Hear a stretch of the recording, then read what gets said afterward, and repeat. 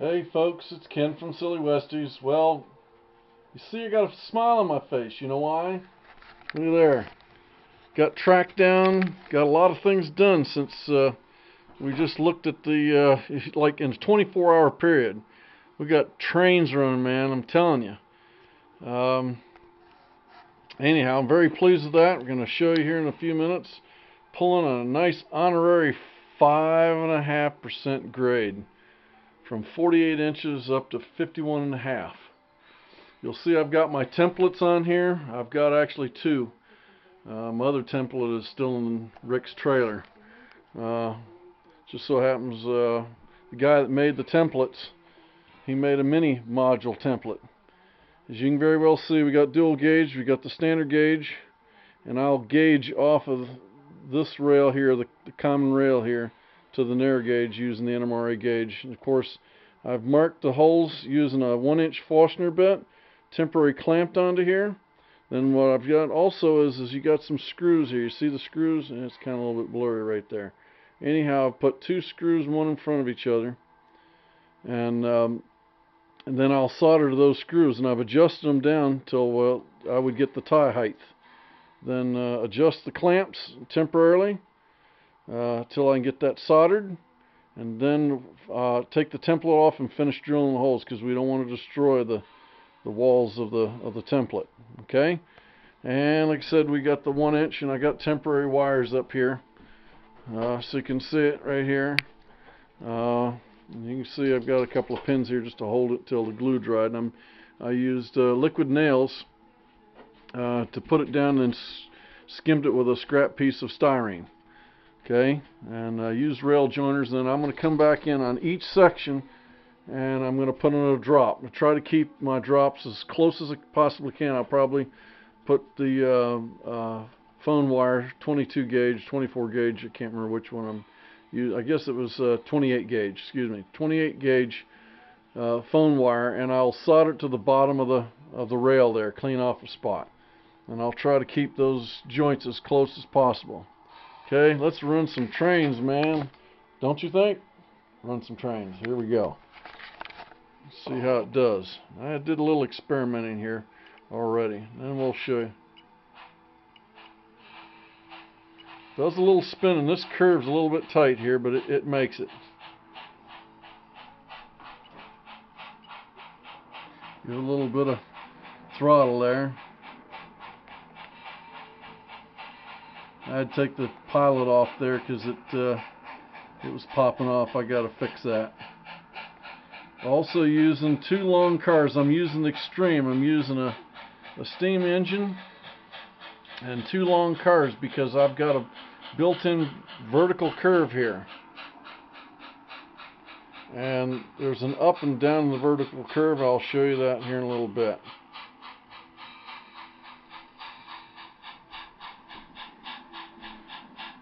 Making the grade pretty good. Just do a little slipping, not too bad.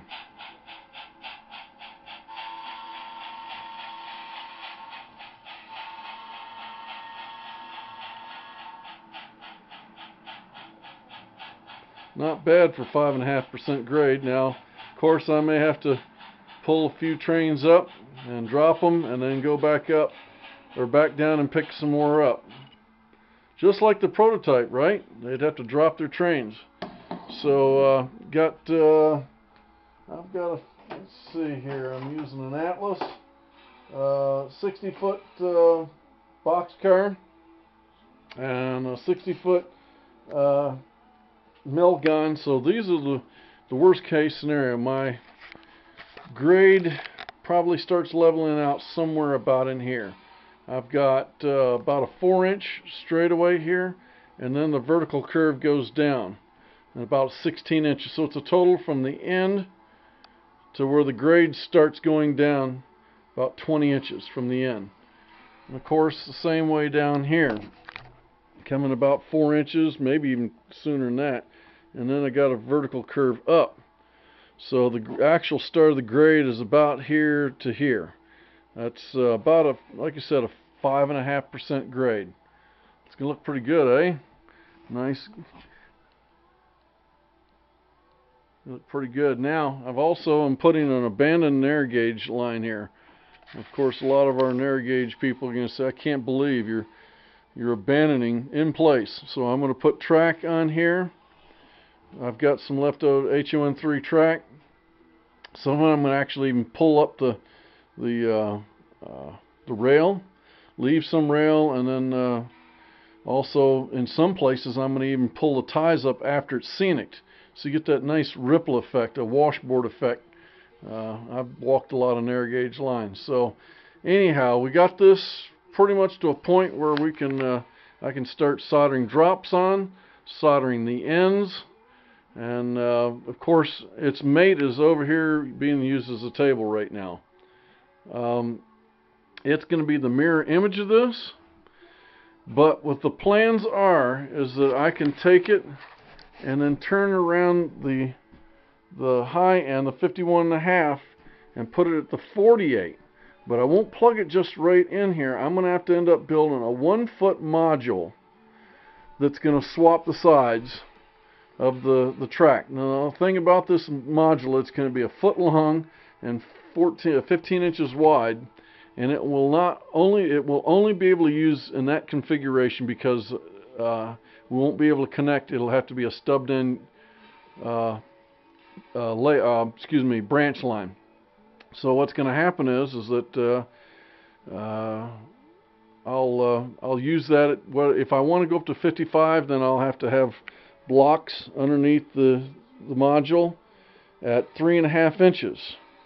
Being that it's already built up at 3.5 inches, then anything beyond that is 48-inch modules will have to have a 7-inch block under.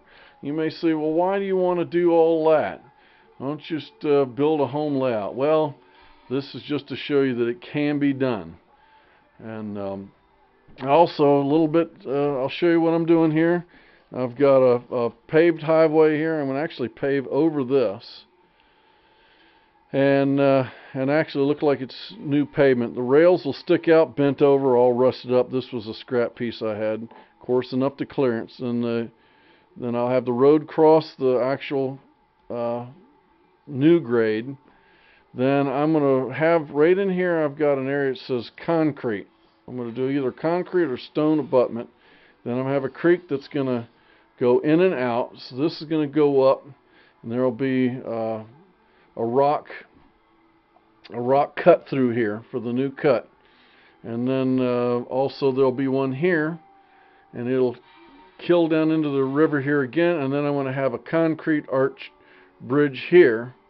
And then I'm going to have another piece of Luan here that'll stand out at its maximum of 9 3/4, because when these sit in the case, they got to clear 10 inches.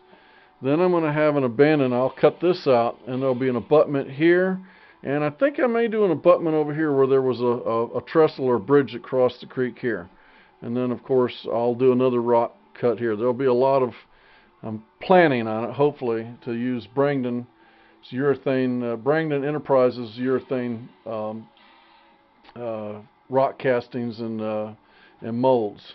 So anyway, this is Ken from Silly Westies showing you a little more progress on the layout, on the module.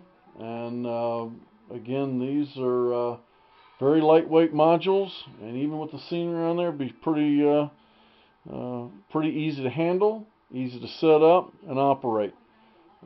Gives you a challenge for the grade, and I'm looking forward to it, and especially looking forward to my favorite part, and that's the scenery. So anyway, this is Ken from Silly West saying, blow that horn. Well, can't blow the horn, can I? Oh well. Signing out. Adieu.